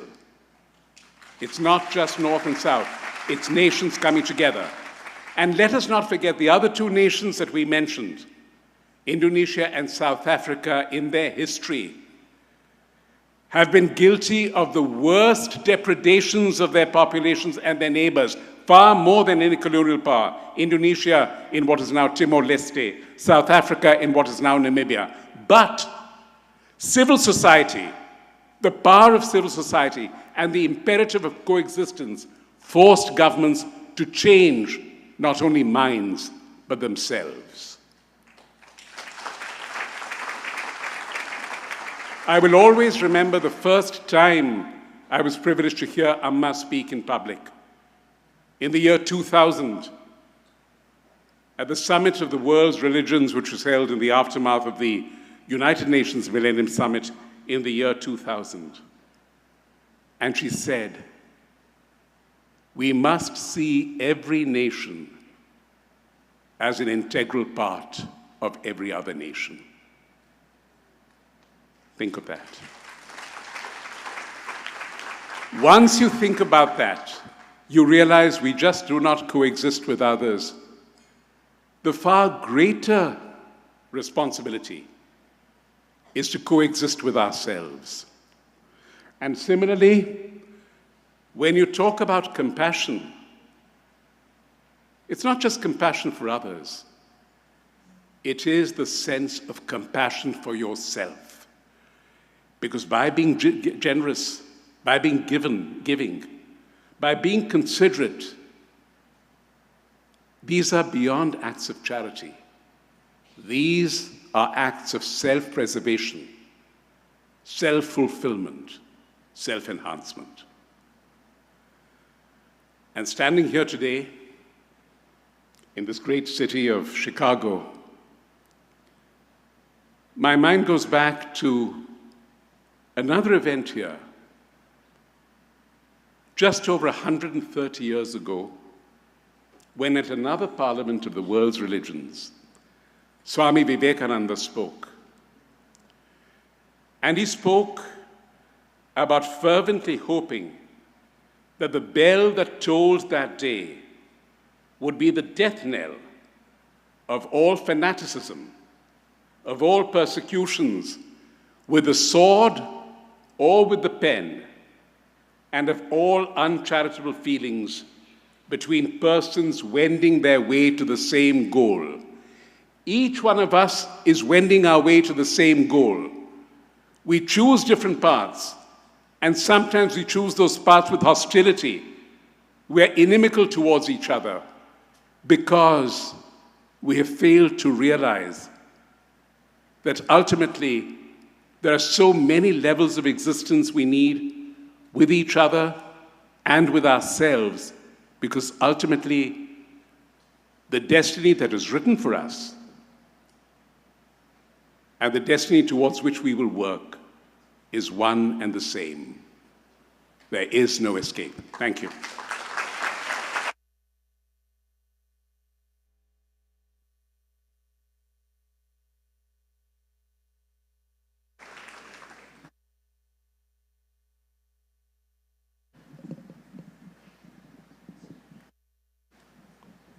Thank you, Ramuji, for those very, very, very inspiring words. As a gesture of our gratitude, Mr. Ramu Damodaran will now be presented with a small gift.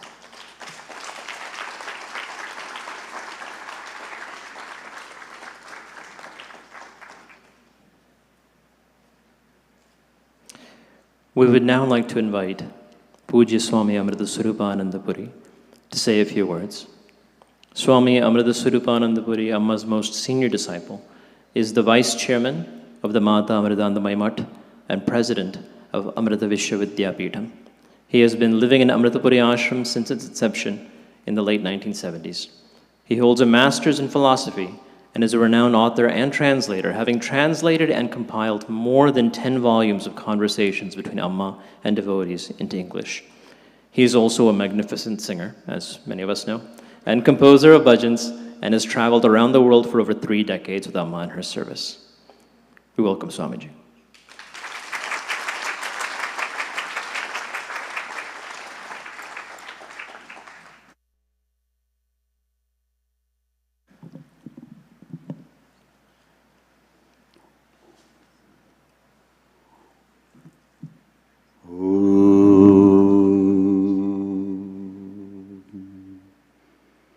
प्रेमामृतानन्दमय्यै नित्यं नमो नमः।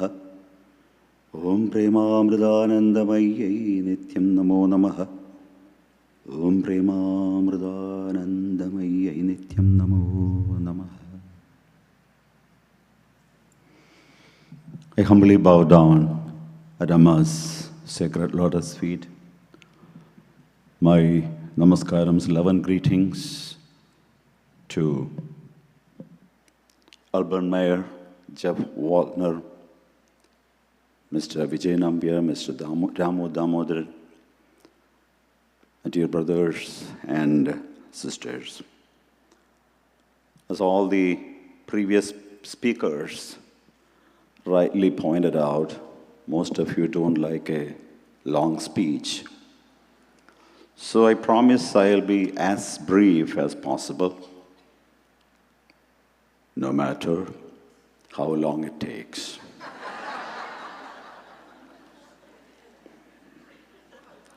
And I would like to make a small correction before I begin my speech. Mr. Ramu Damodaranji said that the white flower meditation was mine. No, it's not mine at all. It was conceived by Amma. So I just wanted to make that correction. So we were talking about Seva. Vijay Nambiarji said about Seva. And I remember a beautiful saying. Actually, this is a Chinese saying, and it goes like this. If you want to be happy for an hour, go and take a nap.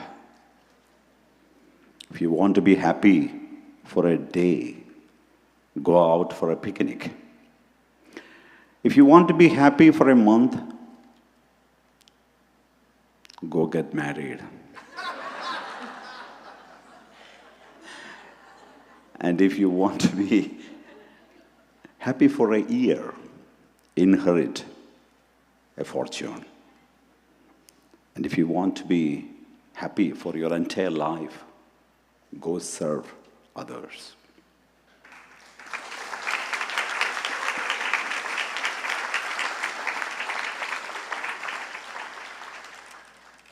Allow me to begin with one of Amma's anecdotes. Once a little boy came running to his father with a beautifully wrapped box in his hand. Bubbling with excitement, the boy yelled, "Happy birthday, Daddy! I got you the world's best gift. Open it fast." The father lovingly gathered his son in his arms and took the box from his little hands. The boy continued, "I'm sure you have never received such an expensive gift. Has my big brother ever gave you something so expensive? Quickly, Dad, open it fast." As the father inspected the box, he asked, "Thank you for the present. I'm sure that this is the best gift I have ever been given. But let me ask you, how did you get the money to buy this? And where did you get it?" The child proudly said, "Don't be silly, Daddy. I took your credit card." The little boy or the girl represents each one of us. We take everything from nature, from God, and arrogantly declare, "I did it. It's mine." And most of all, we have absolutely no gratitude towards the giver, the ultimate giver. Just imagine this. You are going to a hilly area, one of the most scenic places. It's a steep but gradual climb, but you have a huge backpack and one big bag in each of your hands. In addition, you also have a heavy suitcase attached to your head, and you're also wearing a heavy pair of shoes. Now, do you think this person would ever reach the beautiful hilltop? No. This is exactly what we are doing to solve the critical challenges the world is facing. Everyone carries the huge burden of their egos. And the ego is the heaviest thing in the world. Regardless of where they are and what they are doing, this is what every one of us do. And there is no genuine attitude of caring or sharing. There is neither compassion nor consideration in our actions. I'm not being pessimistic, but trying to be realistic. We are least bothered about understanding others. And for most of us, it is the ego that matters. As Amma says, the reason why our efforts to balance humanity's desires and the protection of nature fall short is mainly due to a lack of reverence, humility, and love in our actions and attitudes. In 2002, after a talk at the UN in Geneva, a mainstream TV channel asked Amma, there were so many people around Amma, and the reporter asked Amma, you have followers all over the world. Do they all worship you? And Amma's answer was spontaneous. Amma said, no, I worship them because everything is God.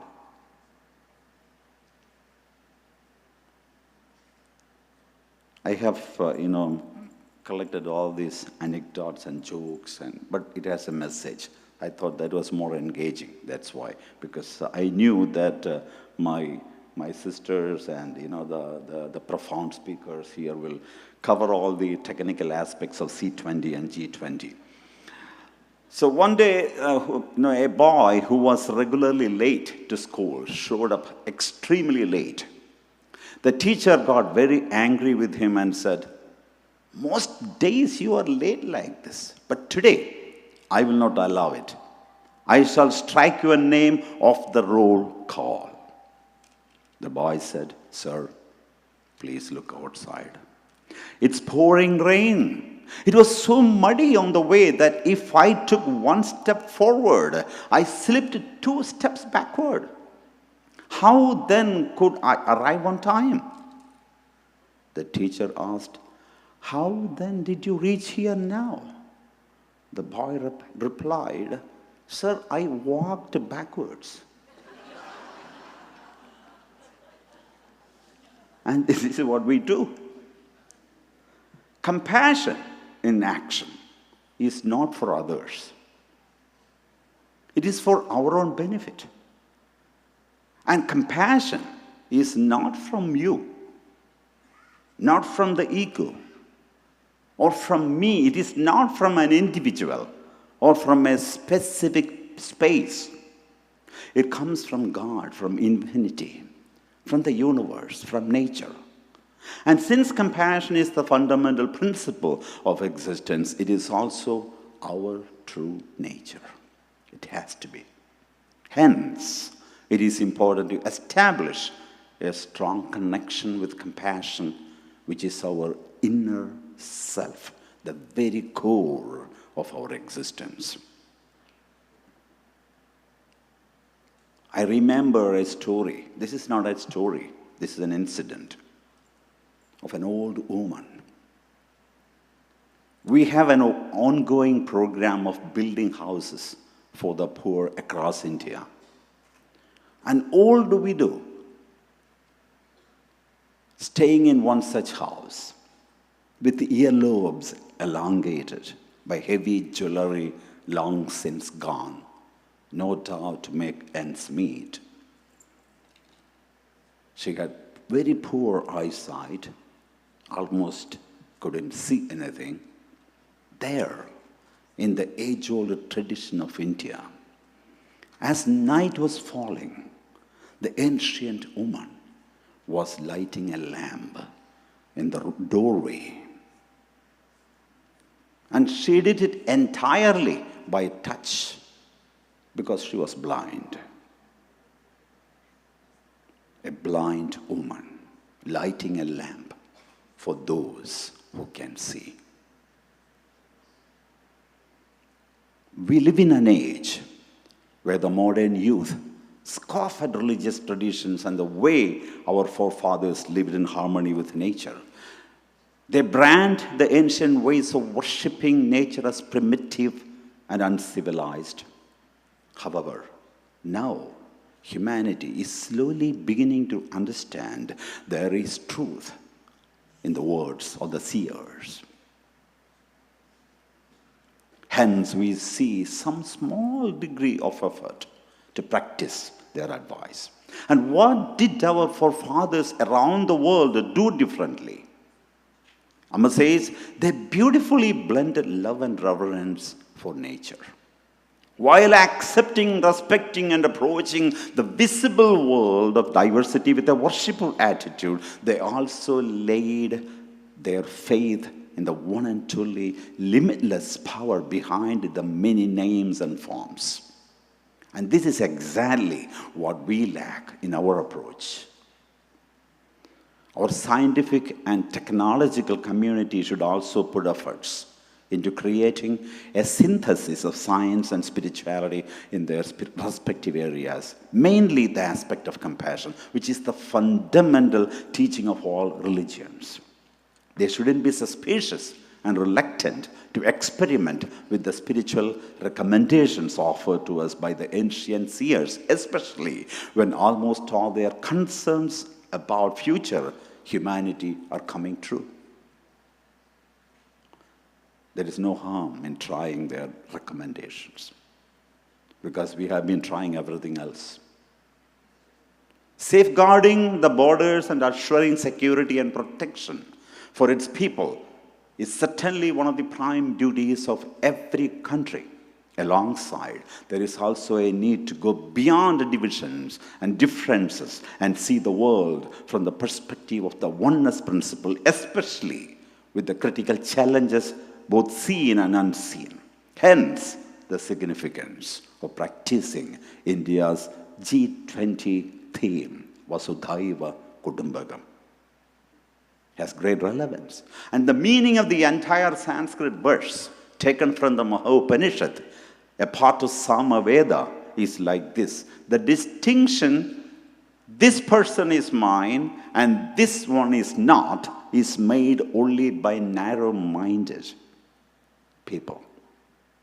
For those of noble conduct, the whole world is one family, one unit.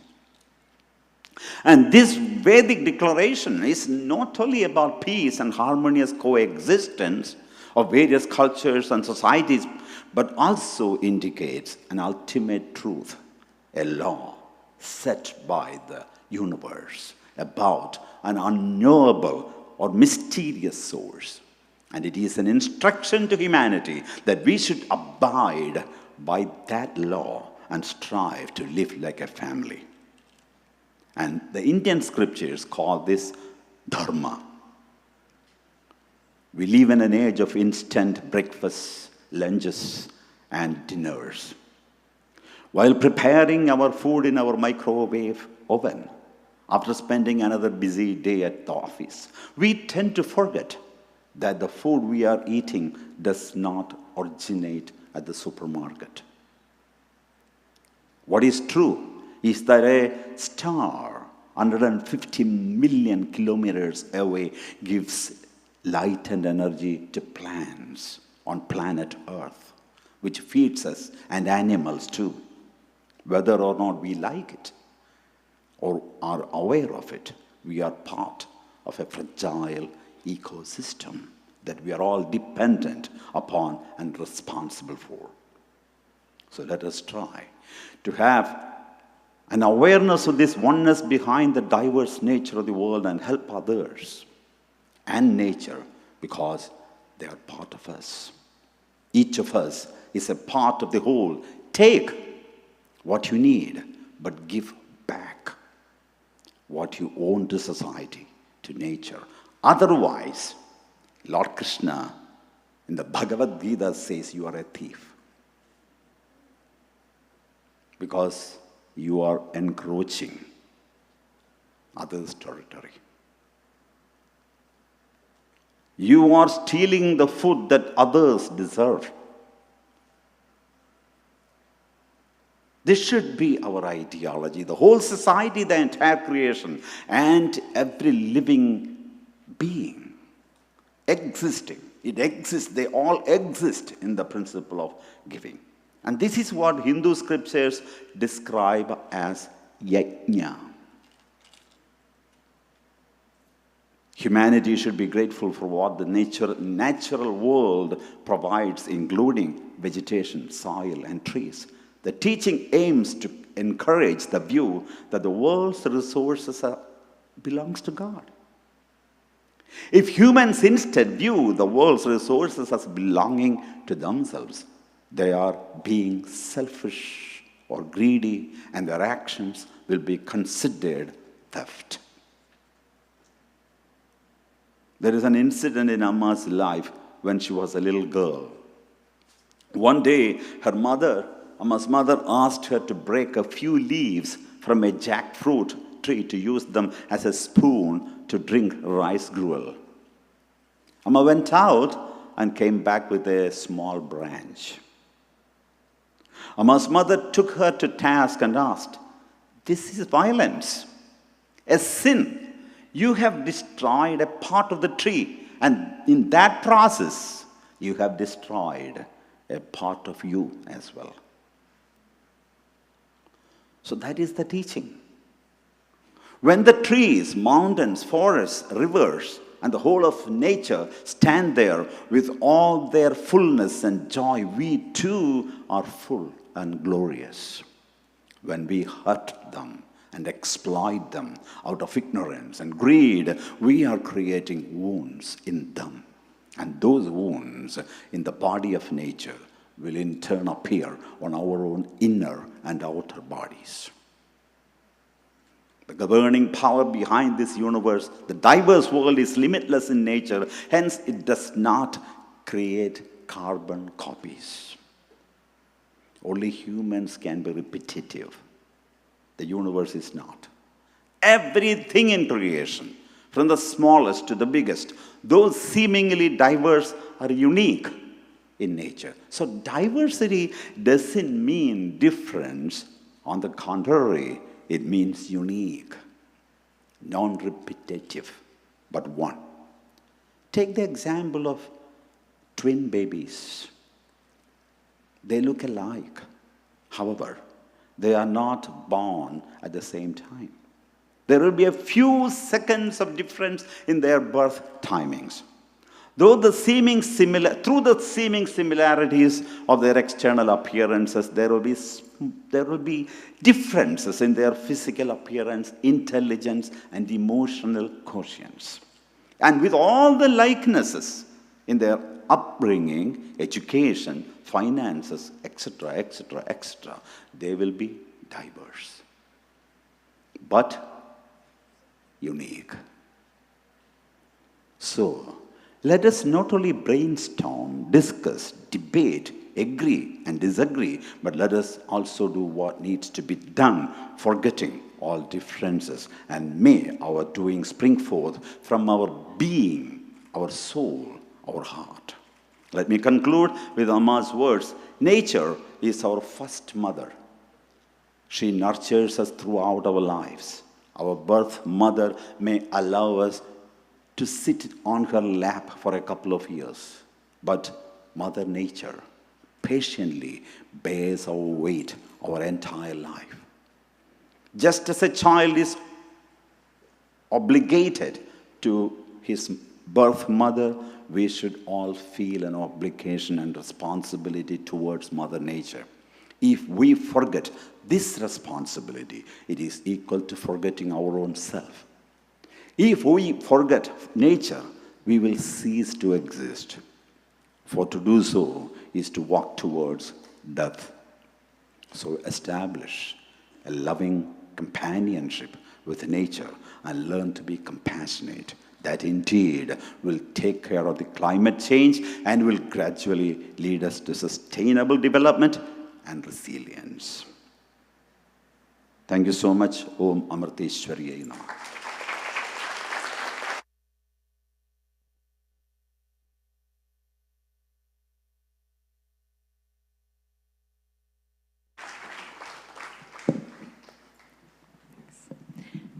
Thank you for those incredibly profound and inspiring words, Swamiji. Next, Swami Shantamritananda Puri, Director of MA Center Chicago, will come forward and deliver the vote of thanks.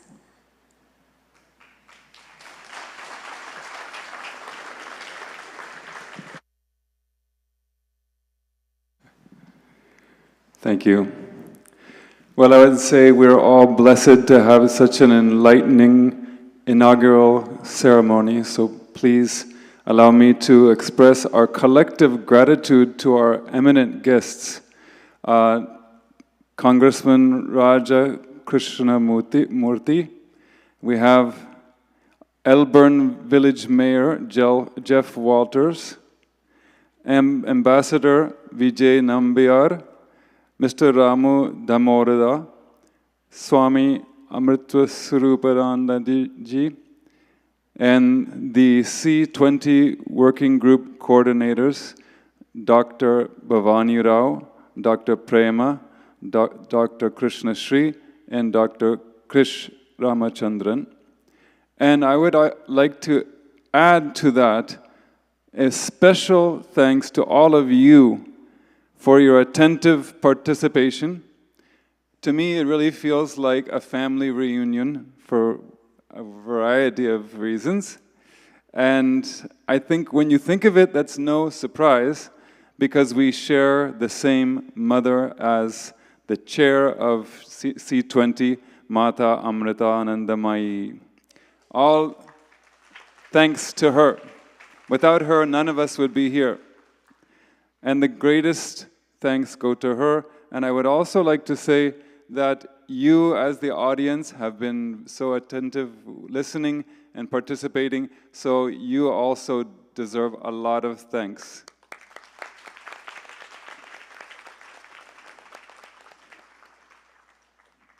We have a long day today, so I enjoy the rest of the activities, and I'll see you as well. Namaskar.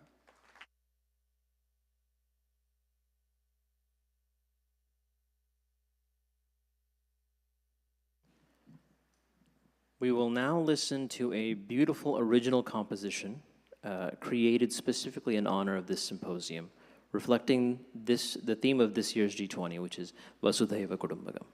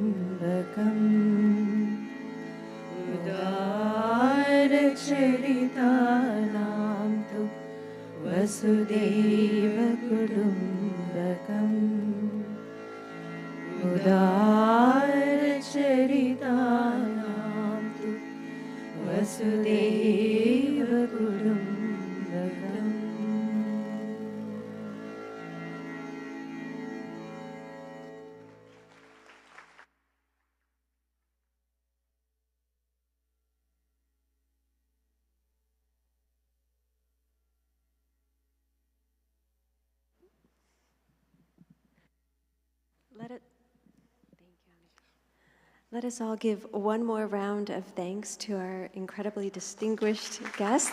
Thank you so much for being with us today. A couple of things. Later today at 5:45 p.m., we'll have a group photo in this very hall, so please plan to be here for that. We will shortly move to the working group portion of the day. Right now, we have time for a short 5-minute break. So please be back in your seats at 12:10 because we have a special performance planned later. Okay, with that, thank you very much.